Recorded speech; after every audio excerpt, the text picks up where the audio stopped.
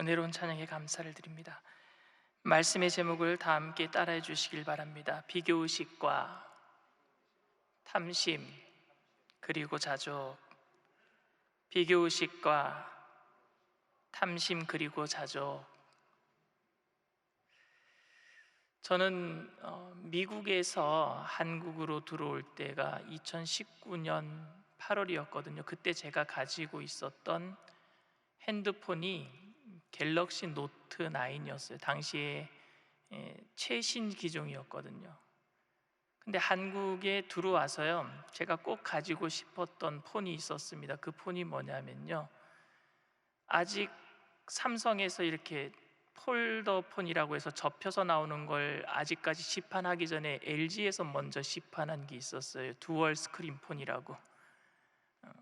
그걸 꼭 가지고 싶었어요. 왜냐하면 여러 가지 이렇게 핸드폰으로 창을 몇 개씩 띄워놓고 컴퓨터처럼 쓸 수 있으니까요. 그래서 제가 오자마자 폰을 바꿨습니다. 그리고 나서 그 폰을 가지고 한 몇 개월 정도 쓰다가, 아직 가족들이 미국에서 한국으로 들어오기 전이었기 때문에 추석쯤 돼서 추석을 가족들과 보내기 위해서 제가 다시 미국으로 나갔어요. 그런데 미국으로 나가서 저희 아들들이 제 폰을 보니까 막 난리를 피는 거예요. 자기도 한번 만져보겠다고. 왜냐하면 지금 막 최신 폰이고 더블 폰이라고 하는 것이, 이것이 세상에서 그것밖에 없는 것처럼 막 선전하는 것이었기 때문에 굉장히 그걸 만지고 싶어 해서 아이들에게 보여주고 아빠로서도 자랑도 하고 그랬습니다. 그런데 한국에 다시 들어와서 제가 당시에 혼자 살고 있었거든요. 가족들이 지금은 다 들어와 있지만 그 당시에는 제가 혼자서 여기 여의도의 초원 아파트에서 살았었습니다. 근데 월요일 되면은 저에게 이제 혼자 보낼 수 있는 시간이 있어서, 월요일 날 제가 이 여의도 공원을 가로질러서 혼자 시간을 보내러 어디를 갔냐면 IFC인가 그 몰에 갔었어요. 근데 그 몰에 갔더니 지하 1층에 그 식당가가 있는데, 그쪽에 노트 10이 나왔다고 부스를 새로 만들어 놓고 시연하는 장면들을 보여주는 거예요. 제가 그걸 보니까 이 펜을 꺼내서 이렇게 움직이는데 폰 안에서 뭐가 다 작동이 되고 그 펜을 따라서 움직이는 걸 보니까 또 그게 갖고 싶은 거예요. 제가 노트 10을 또 갖고 싶더라고요. 그래서 정말 얼마 안 있다가 또 바꿔버렸습니다. 노트 10으로. 그리고 제가 또 가족들을 만났는데요, 이 집사람한테 변명을 좀 해야 되겠더라고요. 폰을 또 바꿨으니, 그것도 6개월 좀 지났나요? 폰을 또 바꿨으니 어떻게 변명을 했느냐면요, 이 듀얼 스크린 폰이 너무 무겁다. 주머니에 넣었더니 주머니가 찢어질 것 같다. 그래서 노트 10으로 바꿨는데 이거 너무 작고 플러스로 한 게 아니라 작은 걸로 했기 때문에 펜으로 쓸 수 있어서 너무 좋다. 그래서 겨우 설득을 시키고 바꾼 것에 대해서, 이미 저질러 놓은 일이니까, 그래서 설득을 시킨 그런 경험이 있습니다. 그런데 여러분, 지금 제 폰을 보시면 여러분 지금 노트 10도 아닙니다. 지금 폰은 제가 애플 12 미니를 갖고 있습니다. 한국에 와서요, 제가 폰을 2번 바꾸고 세 번째 폰을 쓰고 있고요. 제가 지금 설교할 때 쓰고 있는 이 패드는 지금 삼성 거를 쓰고 있는데, 그전엔 애플 11 프로를 썼는데 이 패드도 벌써 1번 바꾸고 2번째를 쓰고 있고요. 제가 지금 차고 있는 이 스마트워치는요, 벌써 한국에 와서 3번째 거를 쓰고 있습니다. 저는요, 새 개 나오면은요, 그걸 꼭 사고 싶어하는 욕심이 많은 것 같아요. 그것이 꼭 필요한 기능을, 내가 그동안 못 썼던 필요한 기능을 가지고 있어서가 아니라, 그냥 뭔가 좀 기술적으로 뛰어난 것을 제가 갖고 싶어하는 그런 욕심이 있는 것 같습니다.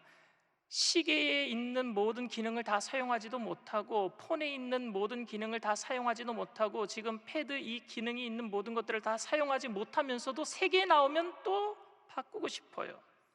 좋은 말로 얘기하면 얼리 아답터고요, 나쁜 말로 얘기하면요, 대기업의 봉입니다. 제가 그 사람들이 광고하는 대로 제가 사주니까 말입니다. 제가 이 물건들을 바꾸면서 우리나라에 좋은 중고시장이 있더라고요. 당근마켓이라고. 그래서 제가 받고 좀 팔아서 그래도 제가 금전적인 손해를 덜 입었지, 안 그랬으면 굉장히 금전적인 손해도 제가 많이 입었을 것 같은 그런 욕심 많은 사람이라는 것을 제가 압니다. 요즘 대기업들은 항상 뭔가 새로운 것을 추구하는 사람들의 소비 욕구를 충동해서 물건을 사도록 늘 새로운 기술, 새로운 디자인 이런 것들을 개발합니다. 그래서 소비자들의 특징이 뭐냐면요, 자신은 필요하지도 않은데 남들이 많이 가지고 있다거나 새 거면은 사고 싶어하는 그런 충동 욕구가 있어서 그것을 이용해서 그렇게 하는 것 같습니다. 이런 것을 꼭 탐심이라고 해야 될까? 그런데 여러분, 탐심은 제가 사전 용어를 찾아보니까 다른 사람에게 속한 것을 옳지 않은 방법으로 얻으려고 하는 욕구를 탐심이라고 합니다. 옳지 않은 방법으로. 저는 옳지 않은 방법으로 가지려고 한 것은 없지만 남들과 비교해서 남들이 가지고 있는 것을 나도 가지고 싶어 했기 때문에 엄밀히 말하면 탐심이라고 할 수 있습니다. 제가 올바른 방법으로 도둑질한 것이 아니라 내 돈 주고 산 거지만 비교해서 내가 얻으려고 했기 때문에, 비교해서 남들보다 내가 더 가지려고 한다면 저는 그것은 탐심이라고 생각합니다. 비교가 없다면 탐심도 없을 것 같아요. 남들과 비교하지 않으면 탐심도 없을 것 같아요.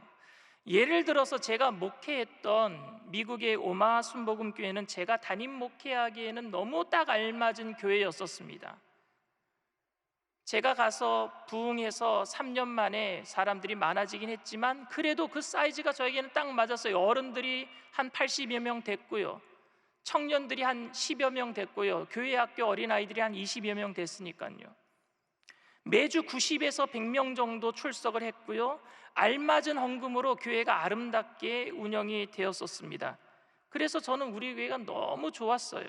그런데 제가 친구 목사 교회에 부흥회를 갔는데, 인도하고 왔는데 그 교회는 우리 교회보다 더 큰 대도시에 있었고요, 그리고 그 교회는 주차장도 너무 깨끗했고요, 그리고 그 교회는 건물이 신식 건물이었고요, 사람들도 더 많았고요. 그래서 비교해서 제가 지금 목회하고 있는 교회가 더 작아 보였다면, 그래서 더 큰 교회로 옮기고 싶어하는 욕심이 생겼다면 그거는 비교에서 오는 탐심이란 말입니다. 오늘 본문은 10계명의 마지막 번째, 10번째 계명입니다. 출애굽기 20장 17절 말씀입니다. 내 이웃의 집을 탐내지 말라. 내 이웃의 아내나 그의 남종이나 그의 여종이나 그의 소나 그의 낙이나 무릇 내 이웃의 소유를 탐내지 말라 그랬어요.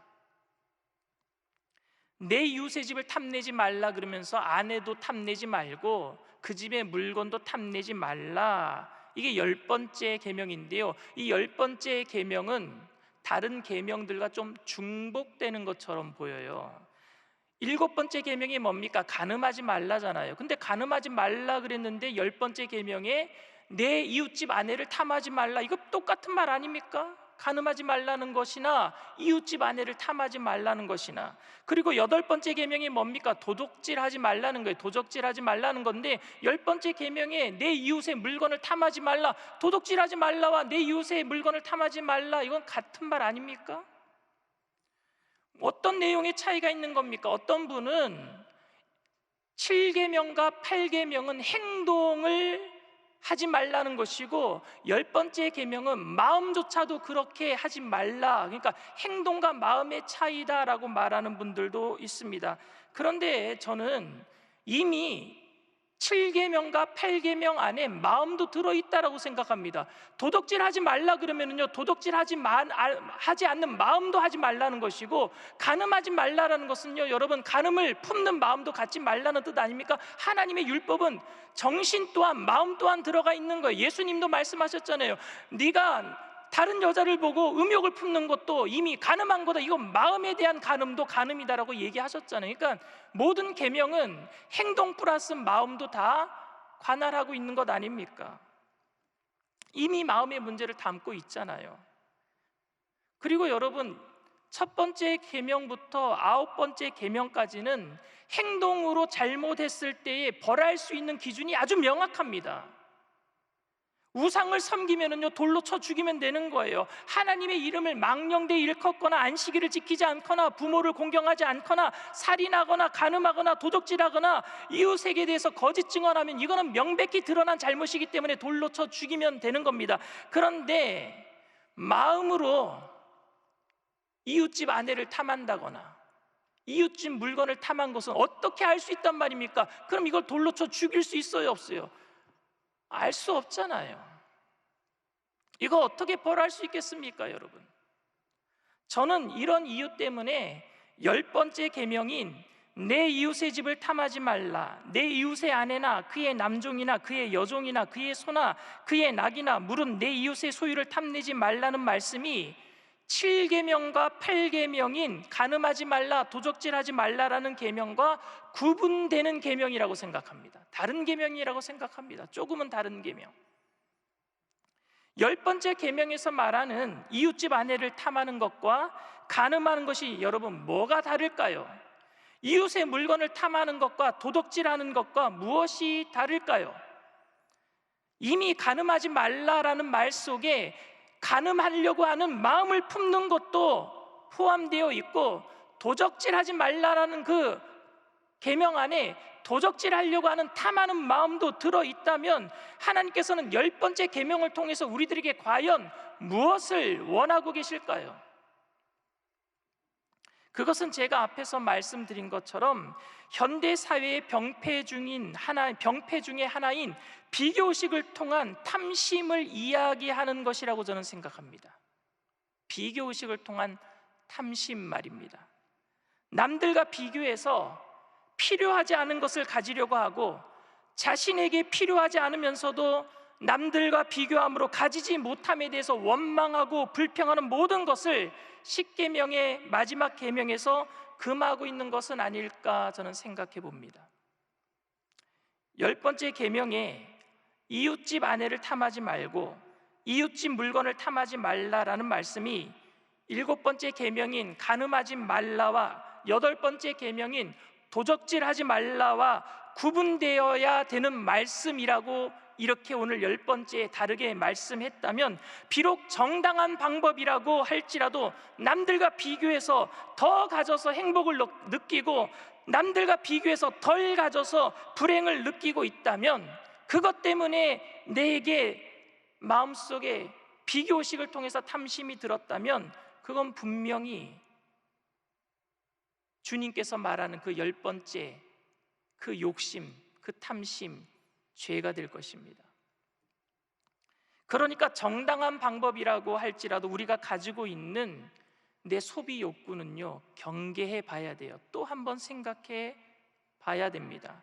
내가 정당한 방법이 아닌 남이 가지고 있는 것을 빼앗으려고 하는 것은 아니지만, 남들이 가진 것만큼 나도 가져야 하겠다고 살아가고 있는 모습이 바로 탐심의 모습은 아닐까 생각해 봐야 된다는 말입니다.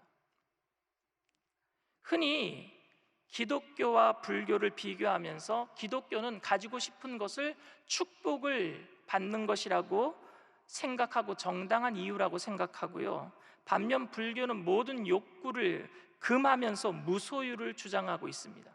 그런데 소유 욕구에 대해서 옹호하는 어떤 학자는요, 무소유는 정당한 삶의 기쁨을 누리지 못할 뿐더러 염세주의에 빠지게 할 수 있다라는 말을 했어요.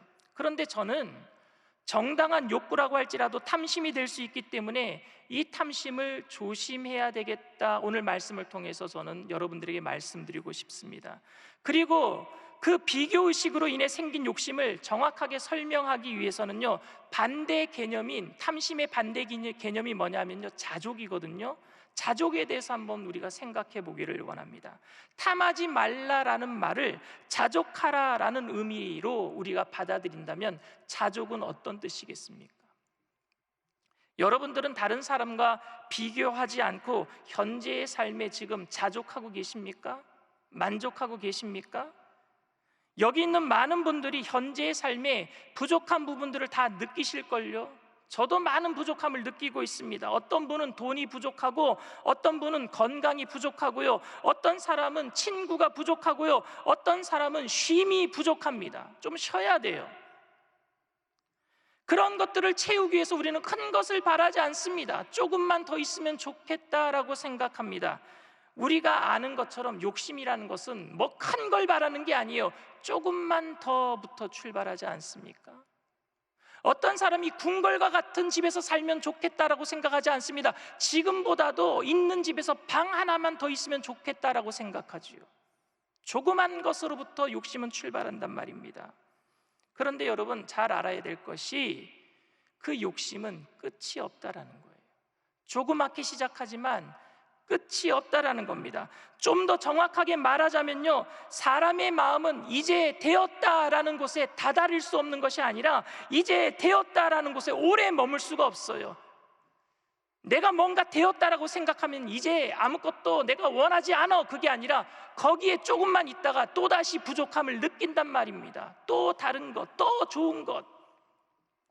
그러니까 사람들은 원하는 것을 가지면은 충분합니다, 만족합니다 라고 금방 말하지만 시간이 지나고 나면요, 조금 더 이 말이 생긴단 말입니다. 그래서 새 차를 사면은요, 일주일은 좋대요.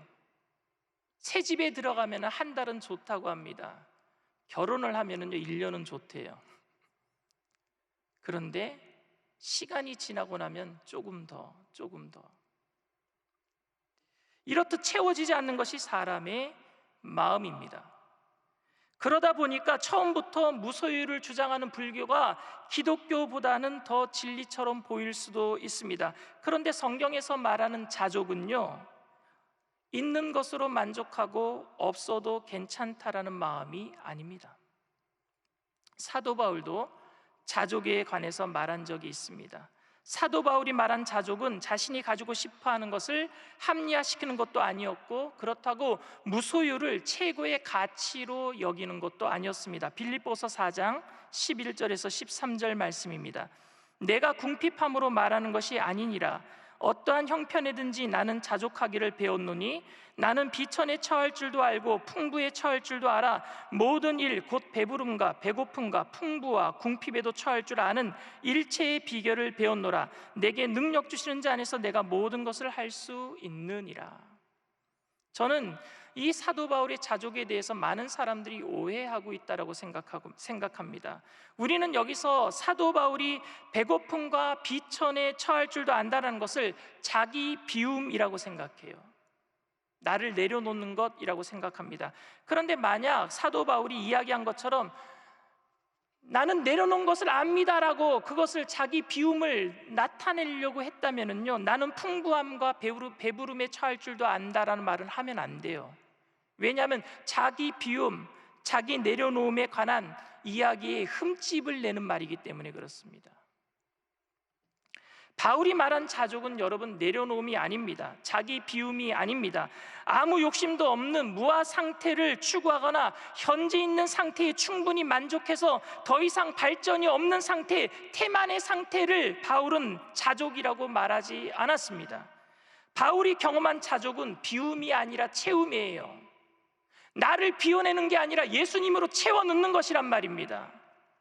바울이 경험한 자족은요, 내려놓음이 아니라 예수님을 높이는 거였어요. 자기가 겸손해서 자기를 내려놓는 것이 아니라 예수님을 높이는 게 자족이었단 말입니다. 바울은 자신은 지금 부족하고 힘들지만 그리스도로 인해 만족한다라고 이야기하고 있는 것입니다. 바울은 가난 중에도 만족한 것은 그 가난이 좋아서가 아니라 그 가난 중에도 채워주시는 그리스도의 은혜 때문이었어요. 그리스도로 채워지는 은혜 말입니다. 그래서 만족한다라고 얘기했던 거예요. 그 그리스도의 채움이 바울에게는 자족함, 만족함이었습니다. 비천함이 아름다운 미덕이 아닙니다, 여러분. 그 비천함 중에서도 그리스도의 은혜로 채워지는 것, 그것이 진짜 우리에게 만족함이 되어야 될 줄 믿습니다. 바울의 만족은 그가 처한 상황에 대한 만족이 아니라 그 어떤 상황 속에서도 견디게 만드는 그리스도 은혜에 대한 만족이었습니다. 내가 예수를 잘 믿어서 내 믿음이 많이 자라서 어떤 상황 속에서도 내가 모든 것을 다 내려놓을 수 있는 겸손한 사람이라고 말하는 것이 아니라, 어떤 상황 속에서도 그리스도의 은혜가 너무 크기 때문에 그 상황을 이겨낼 수 있다라고 바울은 지금 말하고 있는 거예요. 저는 얼마 전 가스펠 수련회 때 간증했던 박위 형제가 생각이 납니다. 어떻게 정상 생활을 하다가 하루아침에 전신마비가 되었는데 그렇게 감사하며 긍정적으로 살 수 있을까?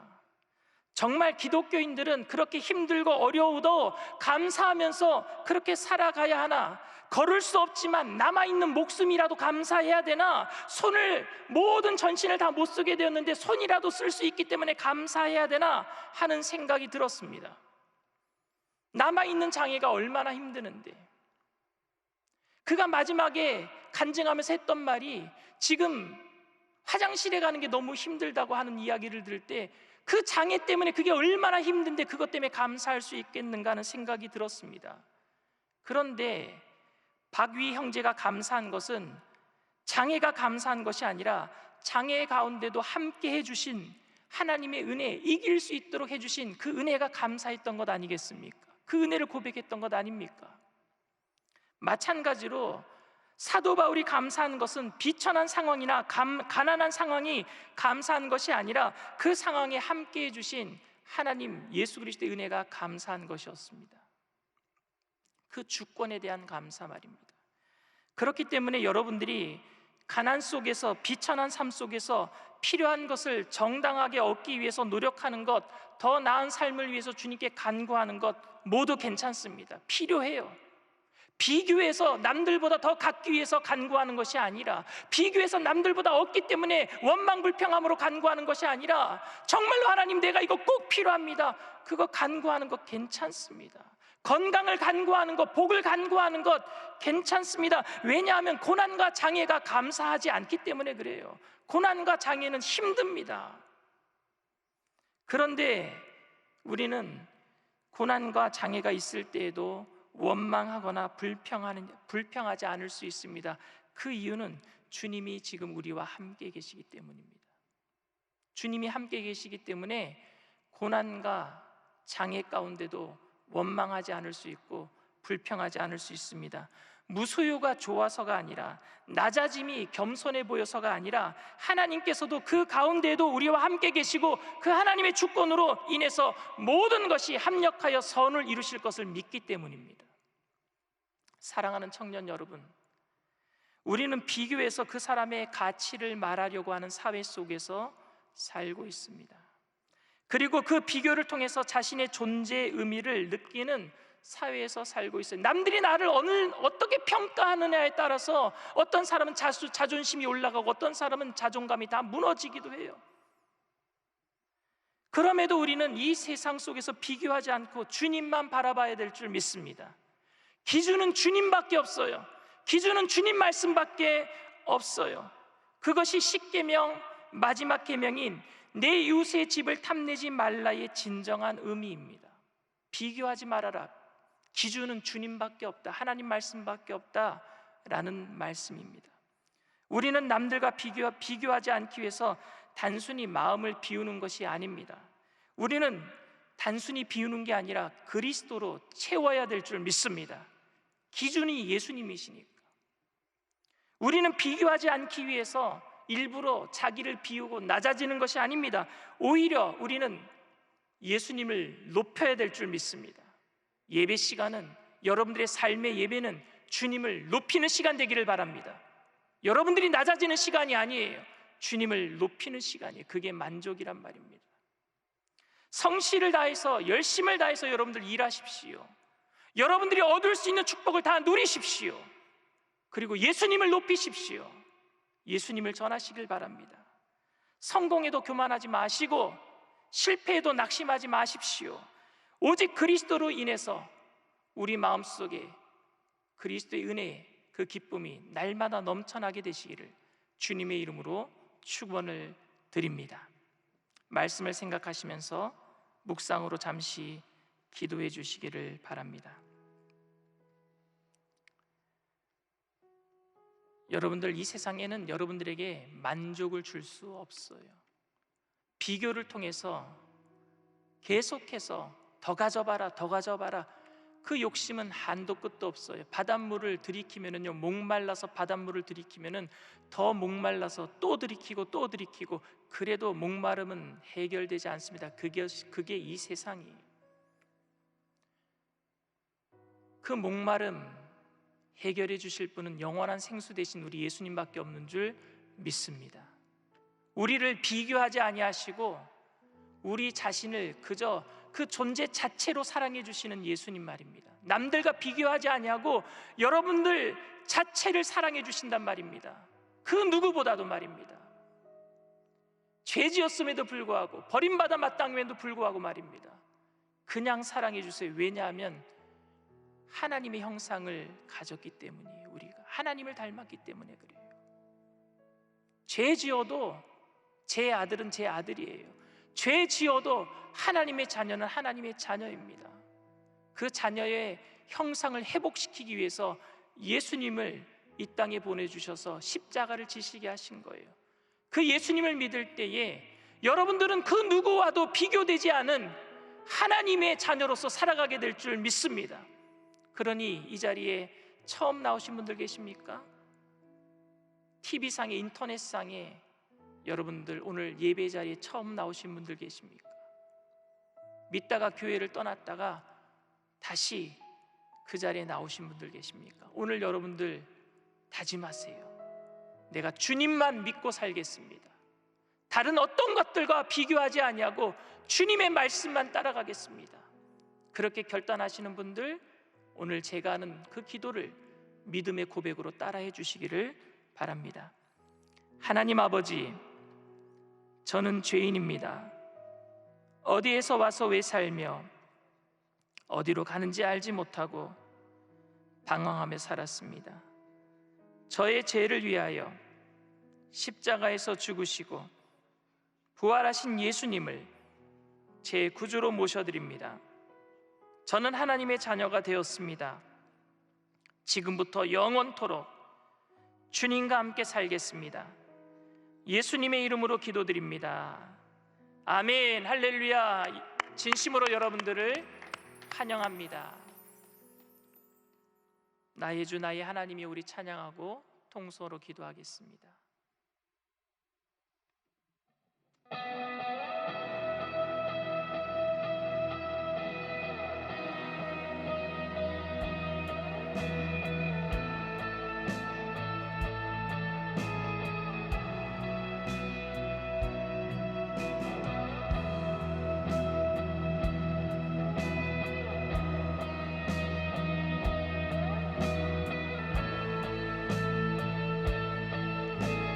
나의 주 나의 하나님이여, 나의 주 나의 하나님이여,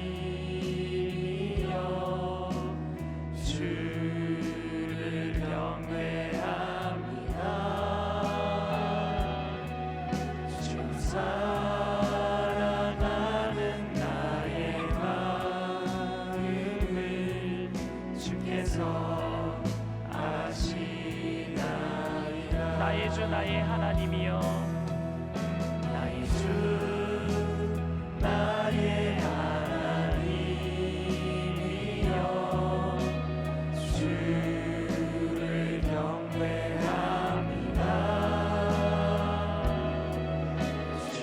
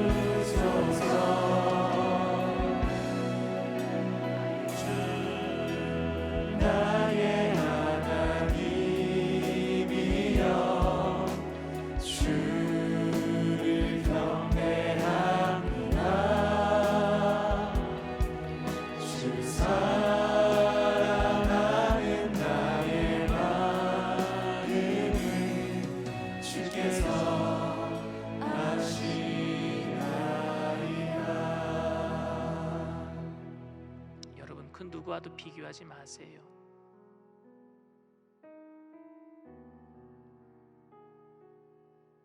얼마 전에 탤런트들이 한 몇 년 전인 것 같아요. 줄줄이 자살한 적이 있었죠. 댓글 때문에 그랬어요. 댓글 때문에.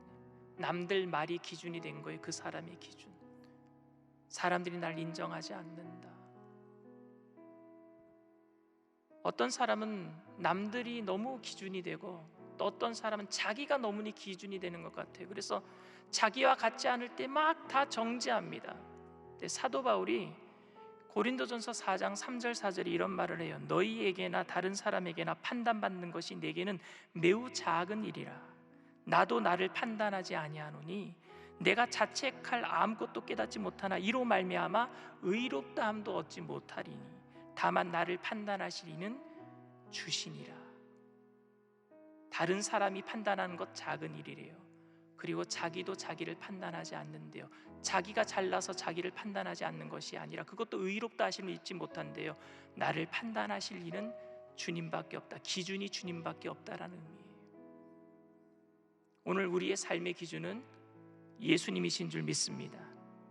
성령님께서 여러분들의 마음을 붙잡아 주실 거예요. 기준이 되어 주실 거예요. 그러면 비교도 사라지게 될 것이고 탐심이나 원망, 불평도 사라지게 될 줄 믿습니다. 우리 가운데 성령님 임재하여 주시옵소서. 내 삶의 주인이 되어 주시옵소서. 주님만이 나의 기준이 되십니다. 스탠다드, 캐논이 되십니다. 주님만이 나의 길이 되십니다. 오늘 주님 3번 부르고 통성으로 기도할 때 여러분들의 모든 비교의식, 삶의 원망, 불평 사라지고 주님께서 주시는 만족함이 넘쳐나게 하실 줄 믿습니다. 우리 주님 3번 부르고 통성으로 간절히 기도합니다. 주여, 주여, 주여. 사랑과 은혜가 풍성하시